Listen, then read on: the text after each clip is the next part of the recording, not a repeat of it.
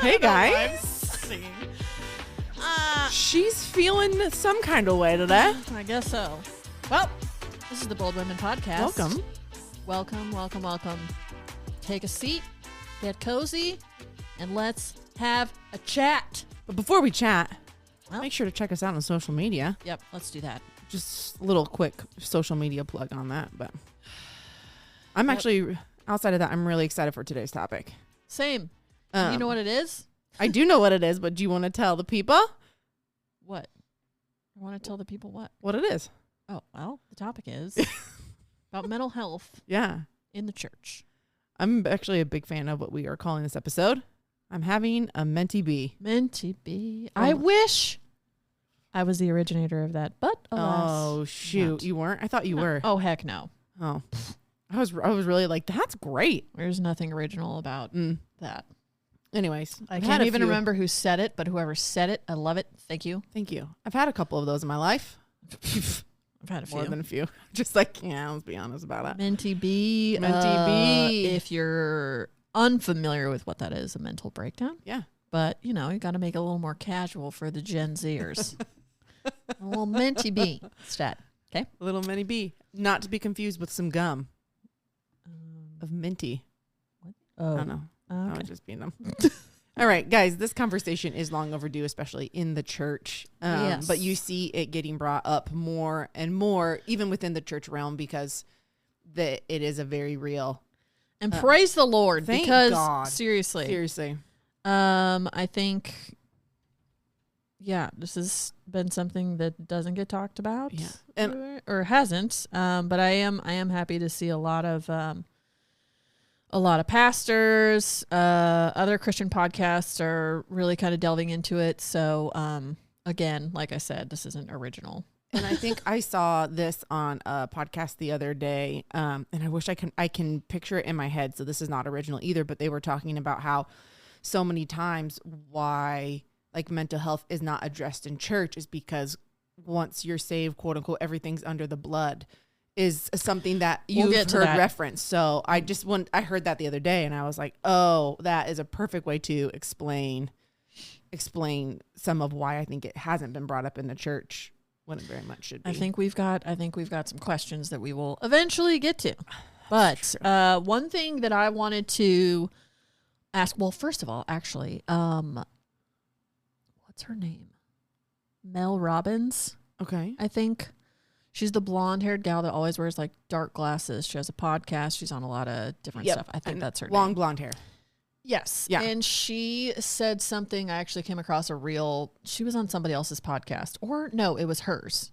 And she was talking about how, one thing that I found of interest was she said, cause this will lead to my question. I'm connecting some dots here, but she said, one of the worst things that you can do with regard to, let's just say, anxiety. And we've had an episode where we talked about anxiety disorders and things like that, with our Ask the Counselor, with Philip Smith. But something that she said that about anxiety was one of the worst things that you can do is say, I am anxious, or My anxiety, like labeling it, because then that becomes your identity. And then she was saying, what you should be saying instead is like, if you're practicing that, if you're somebody who struggles with anxiety, to make it a practice to start saying like, I'm feeling anxious. I'm having these anxious feelings. I'm feeling like I have some anxiety over this or whatever. Yeah. And then didn't she say to also add in because?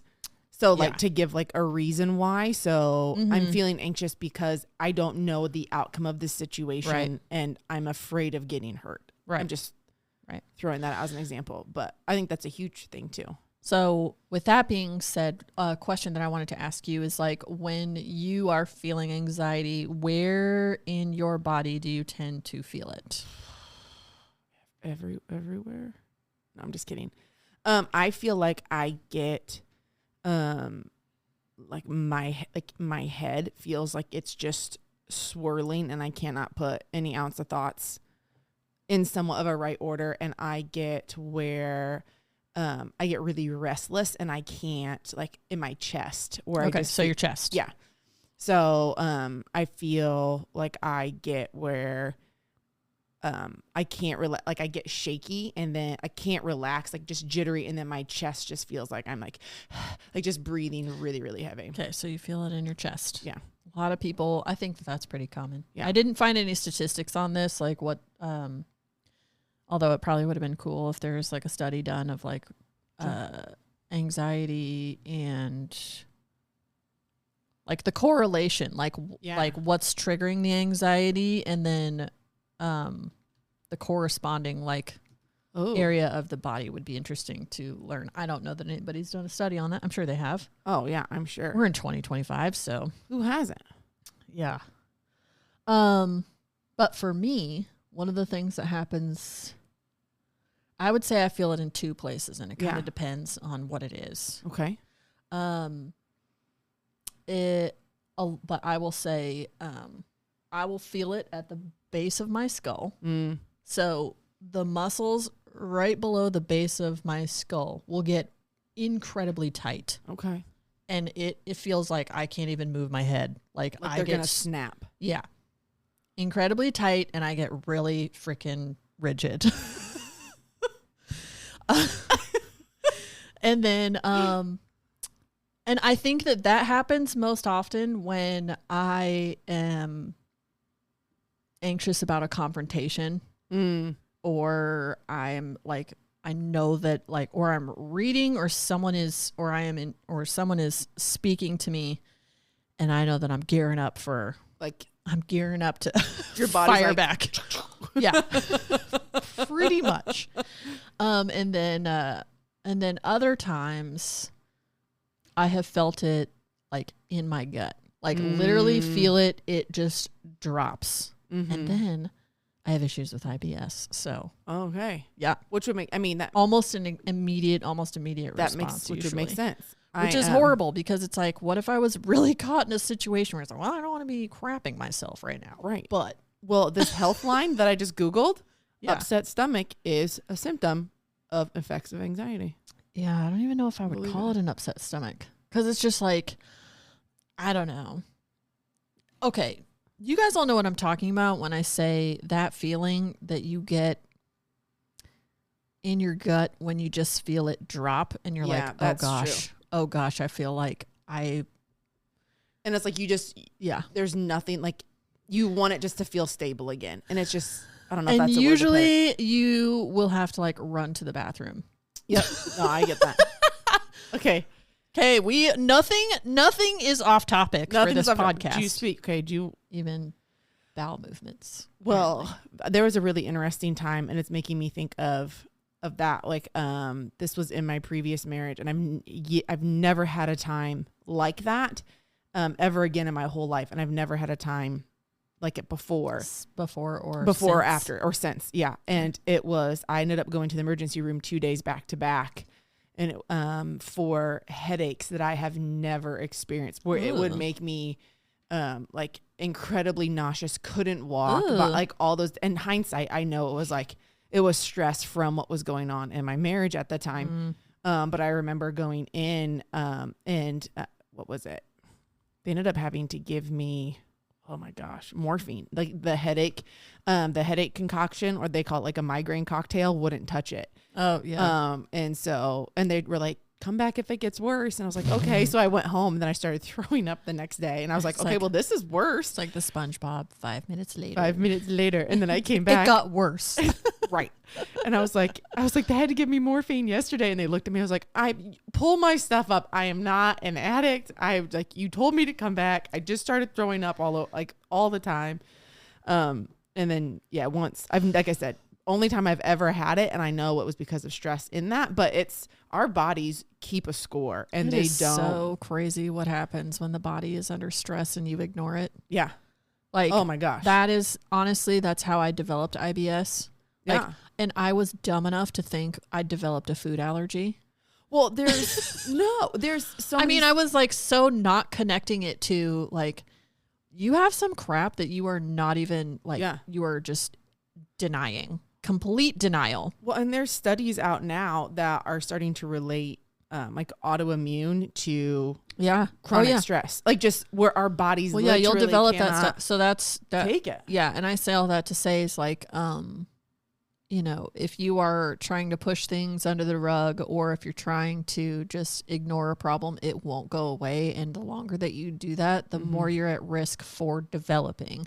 I mean, you don't even have to. I mean, I'm not even a doctor or anything, but I know this from my own experience because I never had issues with my digestive system prior to like subjecting myself or being subject to a lot of stress and just ignoring it and not correlating it with like, hey, maybe you're in a bad relationship.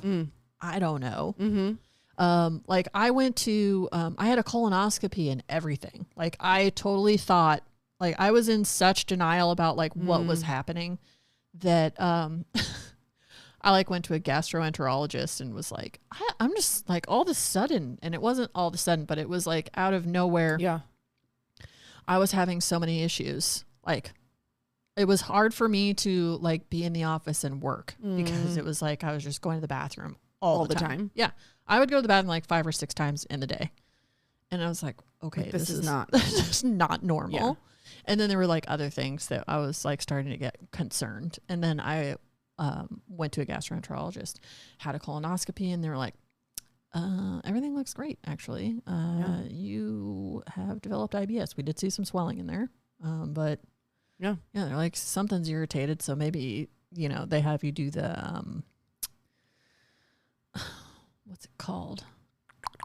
The kind of diet, like an elimination diet. No, it's like what's it called?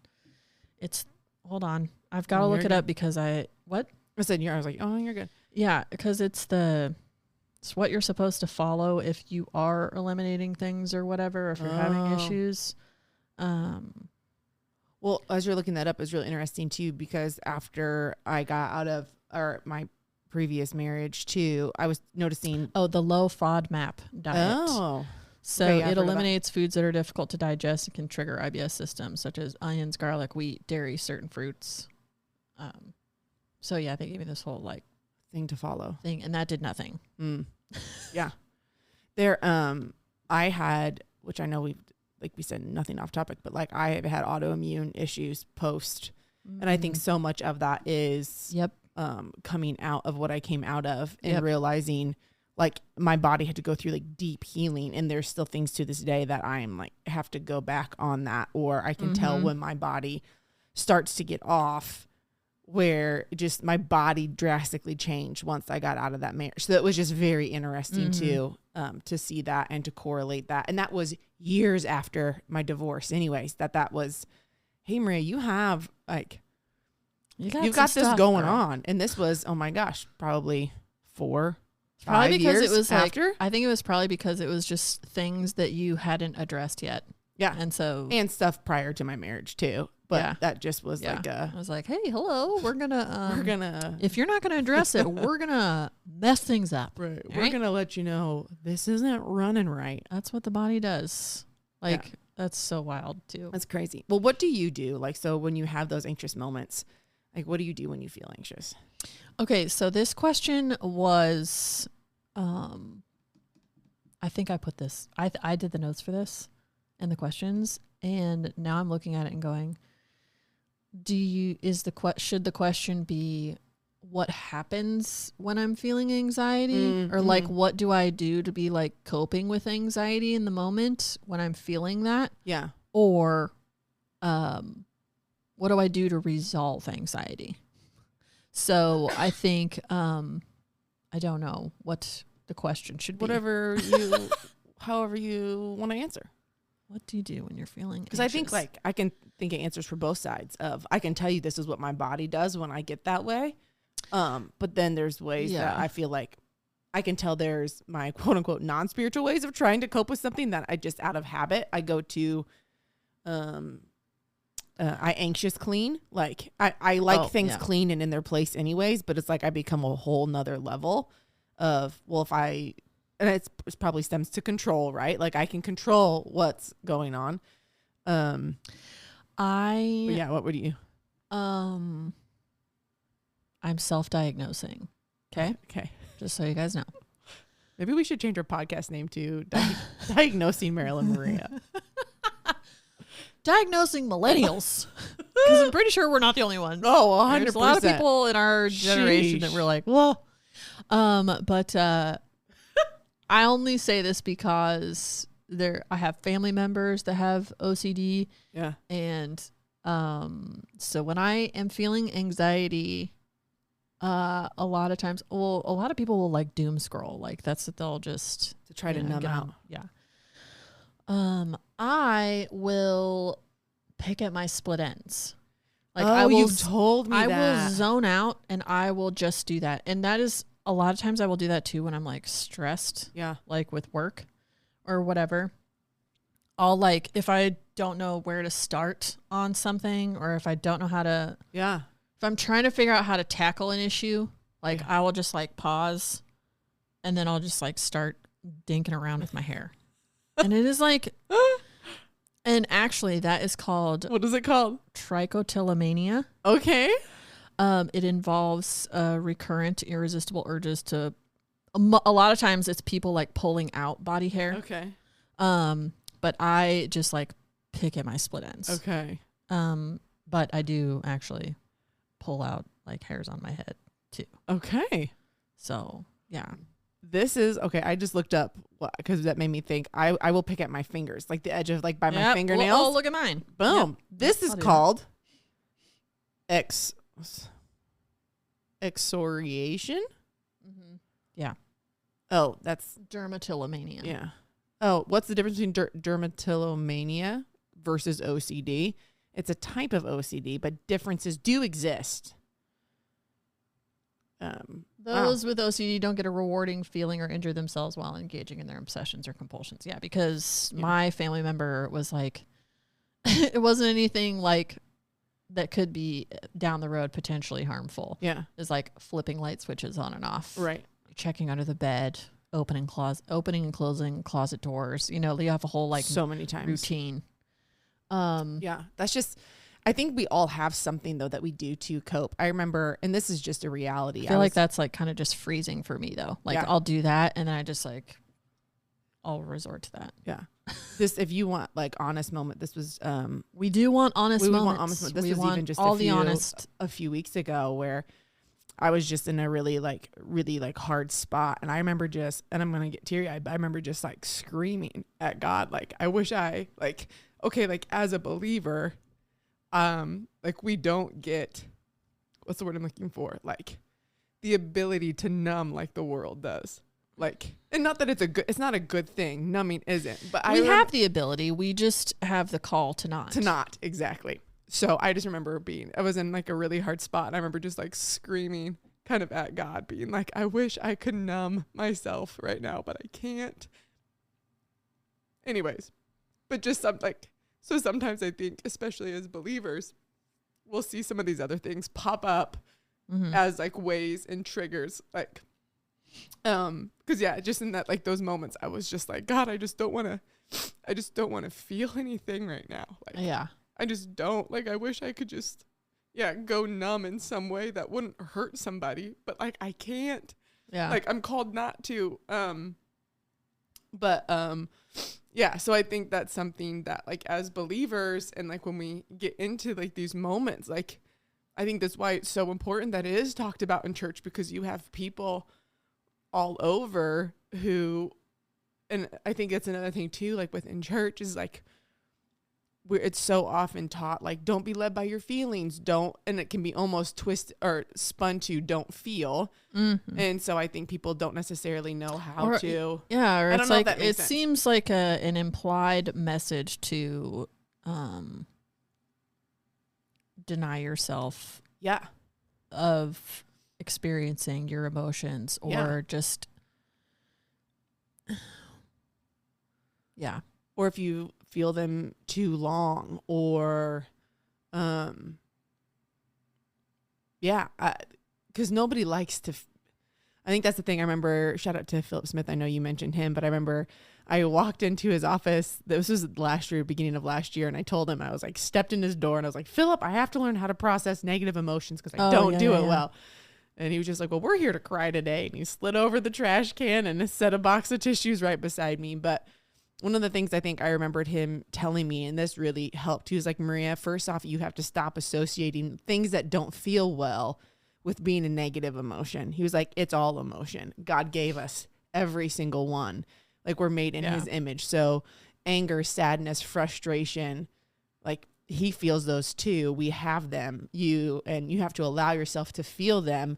And some of the reason why you hate feeling them now is because when you feel them, they feel so big because you don't allow yourself to feel them.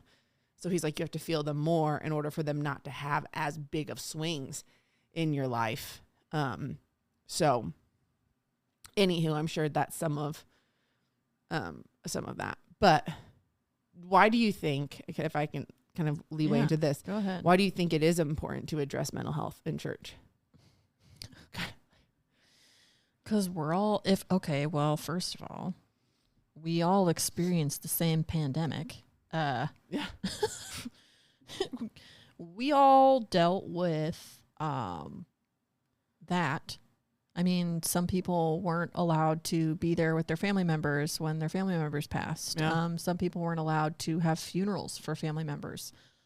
Some people, died way too soon, and just tons of things. And, the fact that like couldn't go into work, couldn't be in public places. And it was like, you couldn't physically touch other people, and just, I mean, so many things that is needed for, to like maintain your physiological and psychological health and well-being. Yeah. It's connection, it's community. Yeah.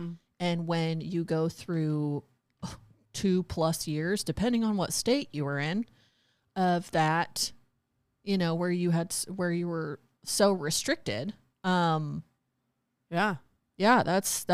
think that it is more important now than ever, that it is talked about in church. And, I think that people need to hear from the church on how they're supposed to cope, how they're supposed to deal with all of this stuff. Because if they're not hearing about it from their pastor, they're going to be hearing from the world on what to do. Right. And so, and this was really interesting. I was Googling, just out of kind of curiosity too, some questions that in regards to mental health that should be asked in the church or addressed, in the number of people that Google questions about how to deal with mental health things. Like, if the church isn't addressing it, like you said, people are going other places because they have questions. It is a very real and prevalent thing. Or they're going to keep it private. And it's like that's, and that is where the enemy can have a foothold. Yeah. We've talked about this so many times where, it's even scriptural somewhere where it talks about, shedding light on things. Yeah. How nothing should be kept in the dark. Yeah. Because that is how healing begins. That's how, all that stuff. The verse, same. I can't think of what it's referenced, but it's like, I'm trying to remember it. We overcome by the blood of the Lamb and the word of our testimony. What does that mean? We, like, the blood of Jesus heals all, but it's like twofold. And the word of our testimony means we have to share it. With others, and we have to talk, and we have to let people the cost into of that is vulnerability. Yeah. Mm-hmm. And we're not saying go be vulnerable with every single person. Right. We're saying you might find one or two people that you need really, to you got to be pretty selective with that. But and also somebody at church that's like, is more spiritually mature than you too. Yeah. And, knowing that you can speak to them confidentially and I guess that kind of goes into the question of like, what are some ways church leadership can foster mental health? And I should say foster mental health support in the church. Yeah. And then how about in the community? And I think that, I know a lot of churches offer like counseling and stuff. And I don't think that people, I don't know if it's pride. Yeah. I don't know what it is, but it's like every church, almost every single pastor is, educated on counseling people because they are the leaders of the church. And so therefore, they have to have some education on how to walk with people through some difficult times in life. And, I think that some people it's either a pride thing or they just, I don't know, possibly just ignorance because it's just not like talked about. Like, hey, we have these services. Yeah. But like some people don't even think that they should go to their church to find that sort of support, which is also saying something. Right. And I think too, there's the side of, and a pastor should, and I think sometimes this could be where I wonder if people get a little intimidated or nervous because of a pastor typically doesn't have like a clinical. I was like, whoa. A clinical background. So pastors should be able to, if someone comes in and gets counseling, and they should have the wherewithal to be like, this is actually requires some type of clinical assistance to be able to refer them to someone who maybe would have that. Yeah, they should have at least a network too, to be where able it's to like, reference. I know these specific, like I can counsel you so far. I can hear about, if I was a pastor, if I was a lead pastor at a church or whatever. I mean, I would never be. Well, I guess never say never, but never. Lord, do not do that to me. But just hypothetically speaking, like if I was the lead pastor at a church or something, thinking like, okay, you have this sit down, somebody like pours out their guts, tells you about everything that's going on with them. You as a pastor should know, okay, this is not an area of expertise for me. This person needs to pass this off. Yeah, I need to pass this off. You should have a list of people that you can refer them to, that you know, or facilities, other resources. Every church should have that. Yeah, I agree 100%. Because there are some things that do require clinical attention. Oh yeah, and especially when it comes to and who knows if you need to get authorities involved or anything like that too. And so churches do have that, and just like counselors do, they do have that. What's the word I'm looking for? They're mandatory reporters. Mandatory reporters. I think that's the word. So it's like anything that's causing harm to you or to someone else. I remember I said to Philip one time, I was like, Philip, I love that I can say anything to you and you legally can't tell anybody. And he looked at me, he's like, not everything, Rand. I was like, I know. There are limits. And I was like, whatever. But no, I think that is, I think that's a way that churches can help foster that too, in the way of like, you can come to us, and if something isn't, then like we can get you to who can help. I think that also speaks to the health of the Big C church. Yeah. Like we haven't done a good enough job. And this is just speaking in general. And I feel like things are getting better because like small local churches, I think I could think of several that do a really good job at this. But overall as a whole, especially like through our childhood and things like that, you should be looking at your church like they're your family, right? So when you have a problem, most of the time, if available and you have that relationship, who do we go to? We go to our parents for stuff. Like, how do I deal with this? How do I navigate this? Or you go to your siblings if you've got siblings, or another like family member, like, hey, I'm going through this. Like, what do you think? Right. Yeah. And people should be treating their local church like this. But I don't think that as many people that should are taking advantage of it. I know people do, because I know there's plenty of people like in our own church that have definitely taken advantage of that, and it's been really great for them, and they've had, a lot of help and a lot of support. But I feel like that is such a small percentage of people that will actually take advantage of what's there. Well, and this kind of goes into another question you have, like what stops people in church from seeking help with mental health issues.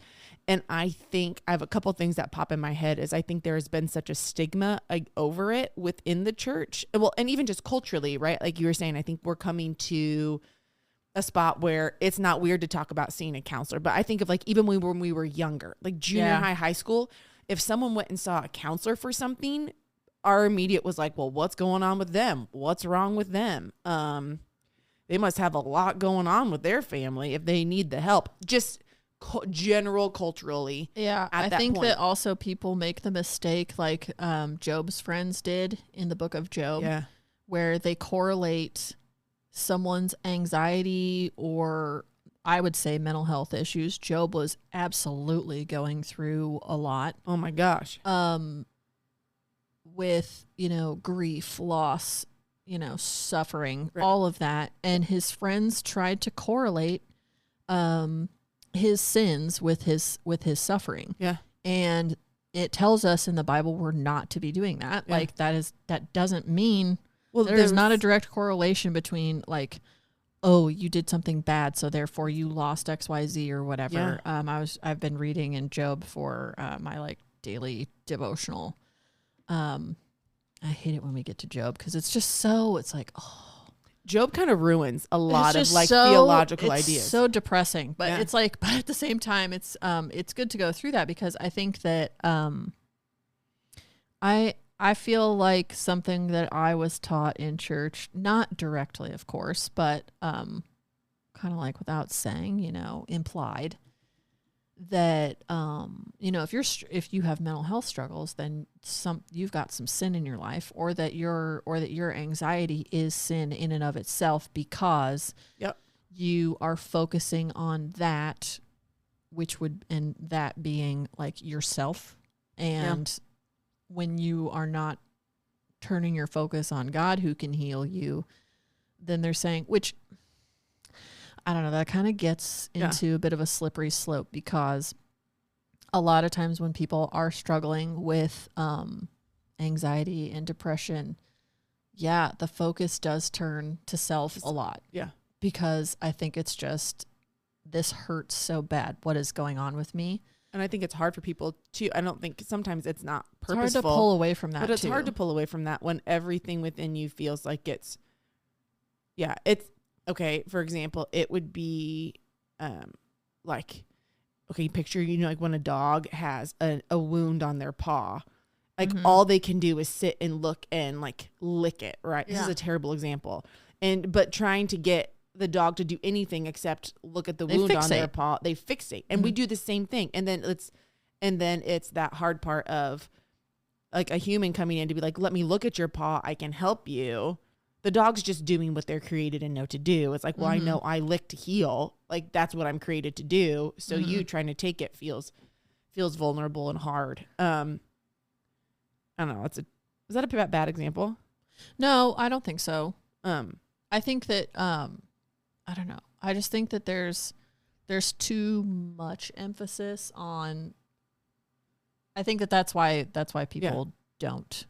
It makes me think of this verse, and it's John 9:1-5. This is from the NIV. It says, this is Jesus who heals a man who was born blind. And it says, as he went along, he saw a man blind from birth. His disciples asked him, Rabbi, who sinned, this man or his parents, that he was born blind? Human nature right there. These people walked with Jesus. Yeah. And they're asking this question.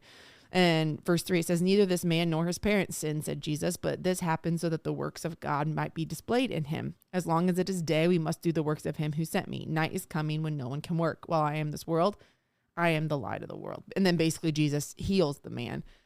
But that's the disciples' first question is like, this man's blind. Where's the sin? Yeah. And that's exactly what Job's friends did. Yeah. Was, where did you sin? But the good thing was what was in my devotional the other day too that was good was like the author was pointing out that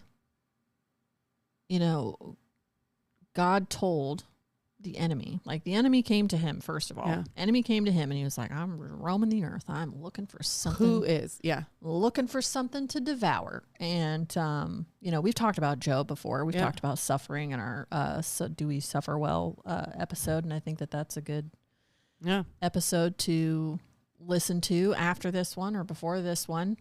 But that story in and of itself like shows you that not everything that we are suffering through is because of us, right? And so 100%. It's a good reminder too that sin is in the world, and a lot of things that we experience as a byproduct of that sin doesn't necessarily have anything to do with us. Yeah. And a lot of times it's the age-old question of why do bad things happen to good people, and it's like, unfortunately, we're collateral damage in a lot of things. We were just talking about this in our women's Bible study the other night too. It was really good conversation. But yeah, it was like, we need to take ourselves out of it. And sometimes, people who are struggling with their mental health and stuff, it's like a lot of times people are struggling with that because of things that have happened to them that they had no control over 100% themselves. 100%. And I think that people avoid seeking out the church for that because they're afraid of being blamed for their struggling. And more than likely their because strife. That person's already blaming themselves. Yeah. Even though the thing happened to them. Something must be wrong with me. I'm the common denominator. Yeah.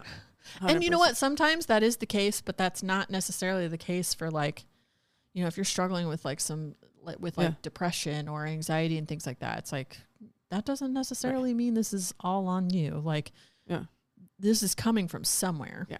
And yeah, it can be intimidating to go to the church because I think because also there's still that stigma with church that you assume that the Bible is just a big set of rules and God is just ready to slap you on the wrist for all the dumb things you do. And that's the kind of God that people understand for some reason, even though that couldn't be further from the truth. Oh, and that's something I've struggled with for a long time. Because he didn't slap wrists in the Old Testament. He just opened up the earth. Opened the earth and swallowed people whole. Okay? Yeah. We talked about what's his face. It was in one of our strange stories. Yeah, who stole the freaking items set aside for the Lord. Oh my gosh. And then he was like, why is his name escaping me? I know, I can't think of it right now. His whole family. Just the earth opened up and swallowed them. Was it Korah? No. I don't remember. Korah did something else too. He was bad. All right. Well, but and anyway. This is kind of what we mentioned in the beginning too, but I saw this on the podcast, and sometimes I think the church so believes, and it is so true, the blood of Jesus heals all, and I'm not downplaying that by any means, but we sweep issues under the blood, or like, that was my past, it's been washed. Yeah. But that doesn't mean that it doesn't affect who we are now. And so sometimes I think within the church, it's that like, well, it's under the blood, that's not who I am anymore. Correct. Yeah. But you still react to people from an old wound that yes, it's forgiven and done away with, but your internal side still needs work. Yeah. So I think that's something too, where sometimes I think we don't address things in the church because we swipe it underneath. God's a healer. The blood of Jesus washes all. All those things are true. And there are times where it's like you have literally in a moment been set free of something that you believe for your whole life. And that does happen. But it does not happen in every single situation for every single person over everything. Tell you myself from personal experience. I wish. Yeah. I'm looking at this other question. It's like, how can we teach or discuss mental health if we're struggling with it ourselves?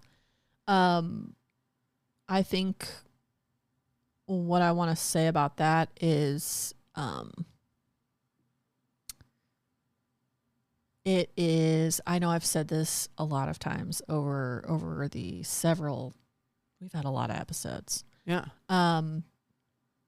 But we often forget. So it's always good to remind ourselves, especially in this conversation, that, as you were talking about, is like lucky you that's great. You're blessed, not lucky, because you're absolutely blessed. As Cardi B says in the song Moment for Life, no, I'm not lucky. I'm blessed. Yes.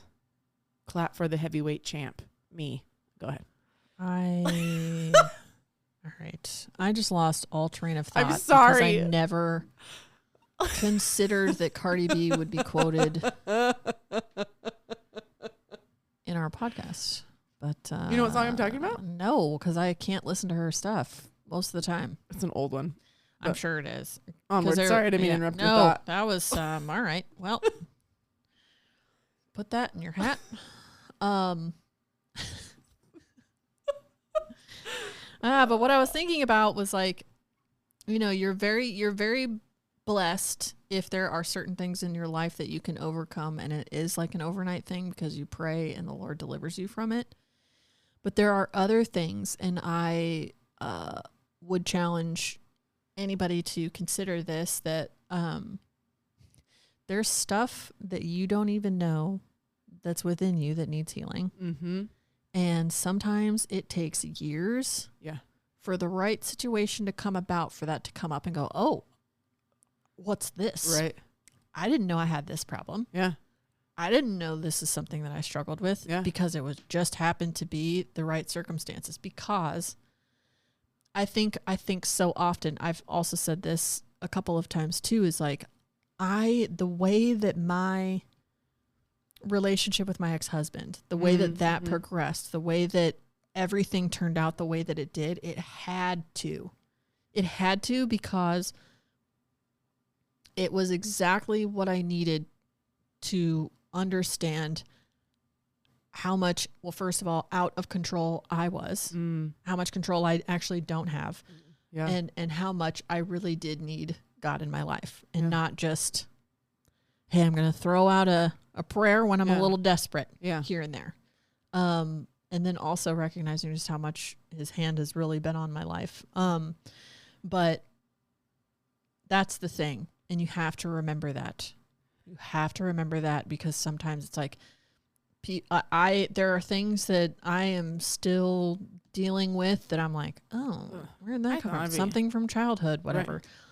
And, like, cause I just processed something a certain way, or from other relationships, things I've witnessed or, you know, taken part of that had a deeper impact than I thought it would. And, you know, so naturally, of course, that is a very long-winded way to answer this question, but it's like, you have to be actively working on yourself in order to be able to teach, because I think experience is one of the best teachers. Wisdom is a gift. And I think that's how you can relate and, help other people walk through 100% their stuff. It makes me think of John Bevere has a great book about the wilderness. I'm trying to remember the name of it right now, and I can't. I think it's God, Where Are You? I think it's God, Where Are You? Yeah. And it's, oh my gosh, I both read that. It. Yeah, it was so good. But one of the things he talked about was in the wilderness, he was dealing with anger, or I believe it was anger. And he was like kind of crying out to God, like, God, I never used to be angry. Why am I angry now? And he's like, this never used to be an issue for me. And he said that God kind of challenged him in the way of like, actually, it's been in there for a very long time. It's the wilderness that brought it to the surface so I can get it out. And sometimes I think when we're healing and when we're actually, if this isn't any encouragement to anybody, because this is something in probably the past 2 years of my life, I've been praying when you're talking about experience, that this aspect of my life feels more out of control. I don't feel as settled, all these different things, but it's been the aspect of like, I know God is uprooting some deep rooted things in that time. So it's not from an aspect of, it's because he's getting rid of things that no longer serve what they once did to help me cope or get through life, which then that feels comfortable because I've done that for 37, 38 years of my life to get through to this point. But now he's like, okay, we're not going to do this anymore. So the instability comes from, oh, I can't do what I once did. I can't people please like I once did. Isn't that the worst? And so me to you, it's that encouragement side of sometimes things feel worse, but it's them actually getting better.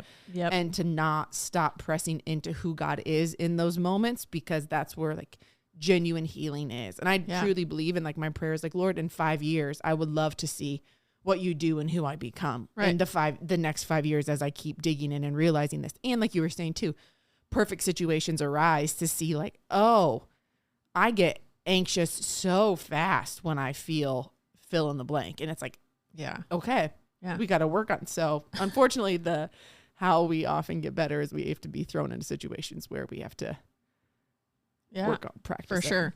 So, well, what does the Bible say about mental health? Let's look at some. You want to read some scriptures here? Yeah, let's read some. I'm gonna have you read them first because I'm gonna be honest. I'm gonna take off my sweatshirt real quick. Okay, I'm gonna read a couple.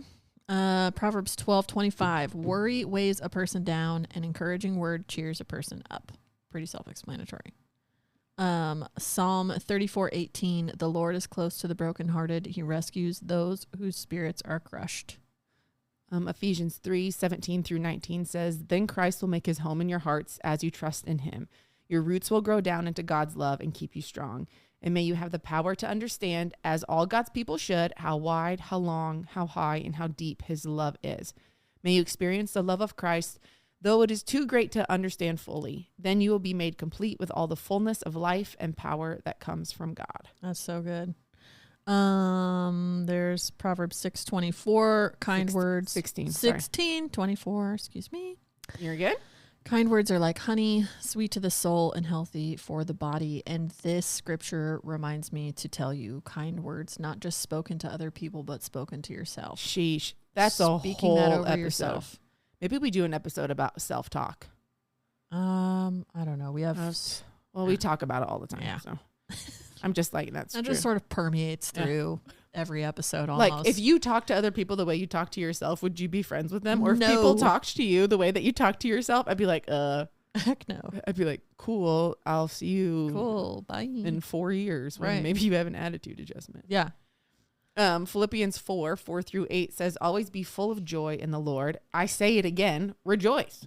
Let everyone see that you are considerate in all you do. Remember, the Lord is coming soon. Don't worry about anything. Instead, pray about everything. Tell God what you need and thank him for all he has done. Then you will experience God's peace, which exceeds anything we can understand. His peace will guard your hearts and minds as you live in Christ Jesus. And now, dear brothers and sisters, one final thing. Fix your thoughts on what is true and honorable and right and pure and lovely and admirable.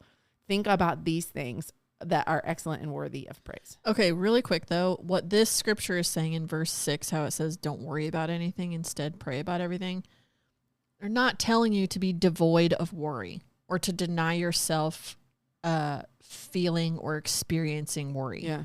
You can do that. You can't dwell in it though. Yeah. You can't sit there and let, your mind go to town just on Spinning and spinning. scenarios of situations that haven't even happened. Right. A good way to do that is like, if I'm spiraling, that usually means I'm not fixating my thoughts. Yeah. Like, And so that's that's what that means basically, is like he's saying, don't fixate. Don't let this go over the top. Yes, you can sit in those feelings, but you have to put a limit to it, right? Yeah. So it's like, but fix your thoughts on what's true. Yeah. What's honorable and right. So you can sit there and go, okay, I'm really freaking worried about this. Yeah.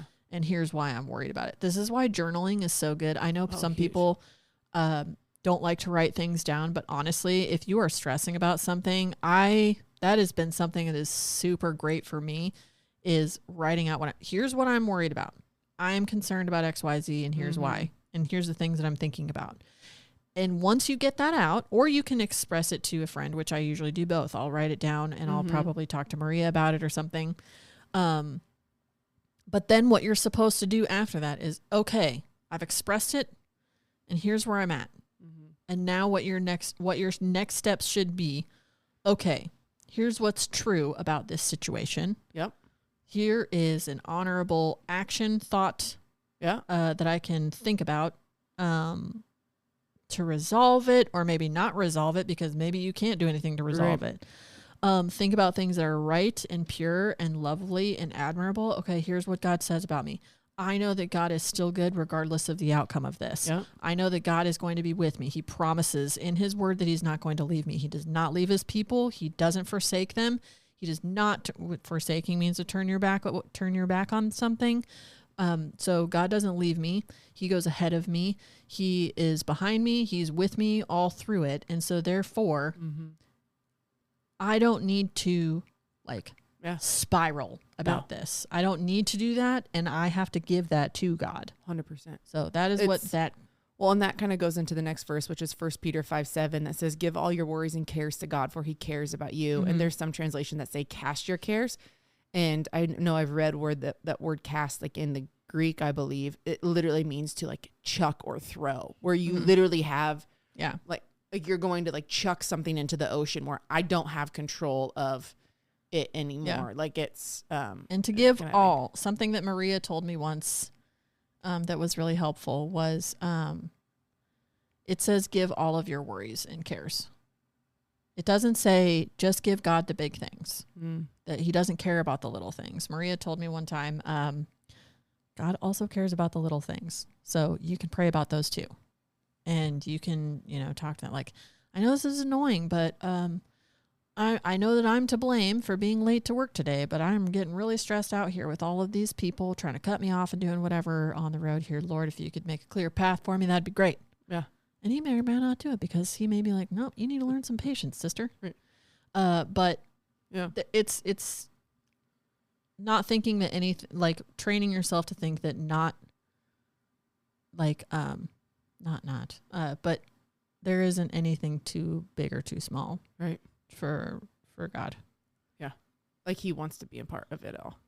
He breathed and made things happen. Okay. So he sneezed and there was Jupiter. Yeah.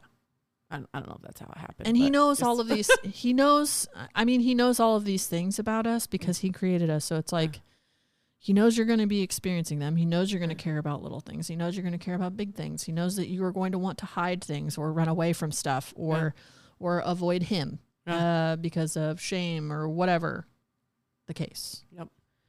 He also knows that you are not in control. And he's just waiting because he's a gentleman. He's waiting for an opportunity for you to come to him and be like, hey, I don't have this figured out. I need your help. And he's like, okay, thanks. That's what I needed. All I needed. Just needed the permission. Yeah, thank you so much. And last but not least, John 14:27, I am leaving you with the gift, peace of mind and heart. And the peace I give is the gift the world cannot give. So don't be troubled or afraid. Yep. Boom. Again, that's don't need to dwell in being troubled or afraid. Right. You can experience those feelings. You They can't don't live have to there. overtake you. You can't live there. We can't do it. We're too big. We're too old. We're getting too old. Getting too old for this. And if we're growing, and if we're going to deepen our relationship with Christ, then that's what we need to do. We can't dwell in things. Exactly. Man, do you have any other thoughts? I have zero. I know. Me too. Let's get out of here. All right. Guys, thank you for joining us. We'll talk to you later. Bye.